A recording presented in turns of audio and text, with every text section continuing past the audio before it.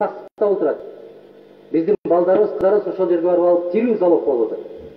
Калып калып атат ошол жерде. Кул болуп атат. Мына төртөө кече коргоо министри отуруп атат бул жерде. Төртөө незаконный кайра качып келаткан жеринен бизге келип, мына ушулардын маалыматы боюнча кетип барат. Эчен миңдеген кыргыздар калып атат ошол жерде.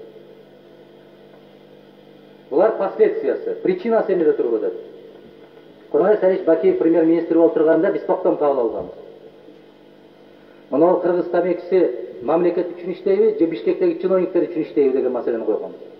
Ошол токтомду Курманбек Сарич сиз баштап турган өкмөт дагы түкүрүп да койгон жок, ишке да ашырганга аракет да кылган жок. Ошол токтомдо конкреттүү түрдө жазылып турган. Кыргыз тамекисин Ош же Жалал-Абад экөөнүн бирөөсүнө которуу боюнча маселе койгонбуз. Ал токтом бүгүнкү күнгө чейин аткарылган жок. Мен жеке сизге кирип дагы айткам. Мына Москвадагы биздин ишкер жигиттер ошол жерге өкүлчүлүктү гана ачып койсоңор, тыйынын дагы, арендасын дагы бүт баарын биз өзүбүз иштетебиз деген маселе коюп атат деп кайрылганбыз. Өкмөткө, честно говоря, наплевать на такие вещи. Они больше политикой занимаются, нежели социально-экономическими вопросами. Они занимаются одним фондом и одним человеком. Придумали себе сказку 2200-летия, отпраздновали. От этого народу ни гроша, Николай Тимофеевич. Тарых келет, бир күндөр бир келет. 2200 жыл болду деп бизди дүйнөгө таанып кеткен эч ким болгон жок. Манастын 1000 жылдыгын өткөрдүк деп дүйнө тааныды деп эч ким тааныган жок.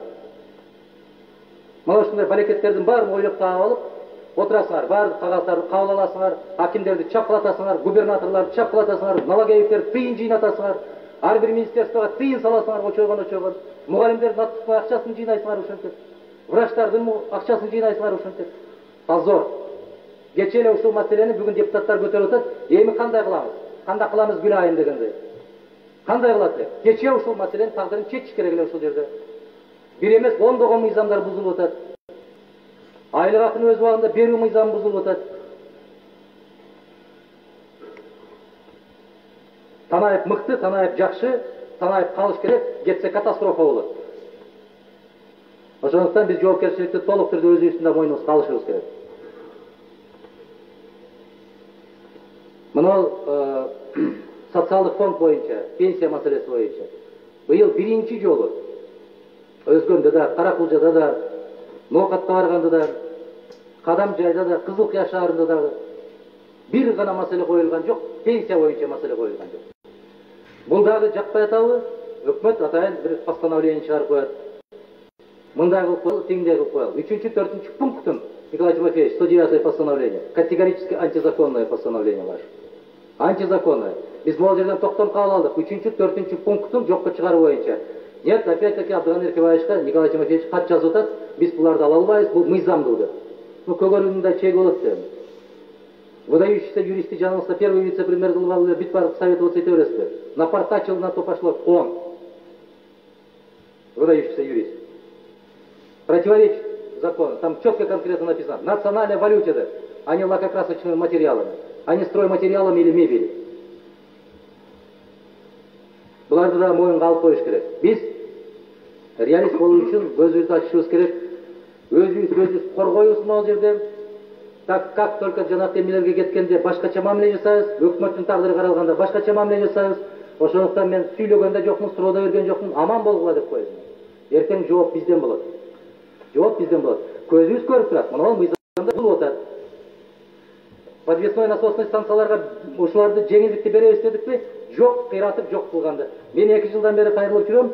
Токой насостук станциясын ушуну келтирип коелу. Эмне үчүн какырап жаткан жерге суу чыгарган болсок, жок дегенде 50-60 айылдык кыргыз ушул Бишкекке келбейт, Кытайга кетпейт, Казакстанга кетпейт. Жок, бутка чаап, колго чаап, ошого уруксат бербейсиңер. 10 соттуктан жери барган, жери жоктордун бүт баарын не трудоустроенный деп мыйзам кабыл алдыкпы? Жок, президентке ал жакпайт, өкмөткө да жакпайт. Могул жерде расмий менин колумда кат туруп атат. Мен финансы министрлигине ыраазычылык билдиргим келет. Эч нерсени жаап жашырбастан ачык ушул жерде мага жооп берди. Мана 1 апрелден де президент чыгарып кое берет экен ар кандай маселелерде. Мамлекеттик жылы башка жылдар деп. Бирок могул жерде финансы министрлигинин да предусмотрены эти расходы государственного бюджета, но только с 3-го квартала деп атат. Эмне үчүн элдин башына айландырасыңар анда 1 апрелден баштап деп? Эмне үчүн биз эл менен барып жолукканда ыңгайсыз абалда коесуңар? Указ чыкпадыбы, эмне үчүн аткарылбай атат деген маселе. Президентке айтпайсыңарбы? Акчаң жок 3-чү кварталдан деп указга жазган деп. Майрам келатат, той келатат деп эле бакылдап шакылдай берген менен биз ыңгайсыз болуп калып атабыз элдин ортосунда. Мен сунуш кылам, октябрдагы, ноябрдагы өкмөттөн биз отчетун быйыл принципиально карашыбыз керек. Жетишет. Же барылып отурган болуш керек, же жок. Кеп Танаевда эмес.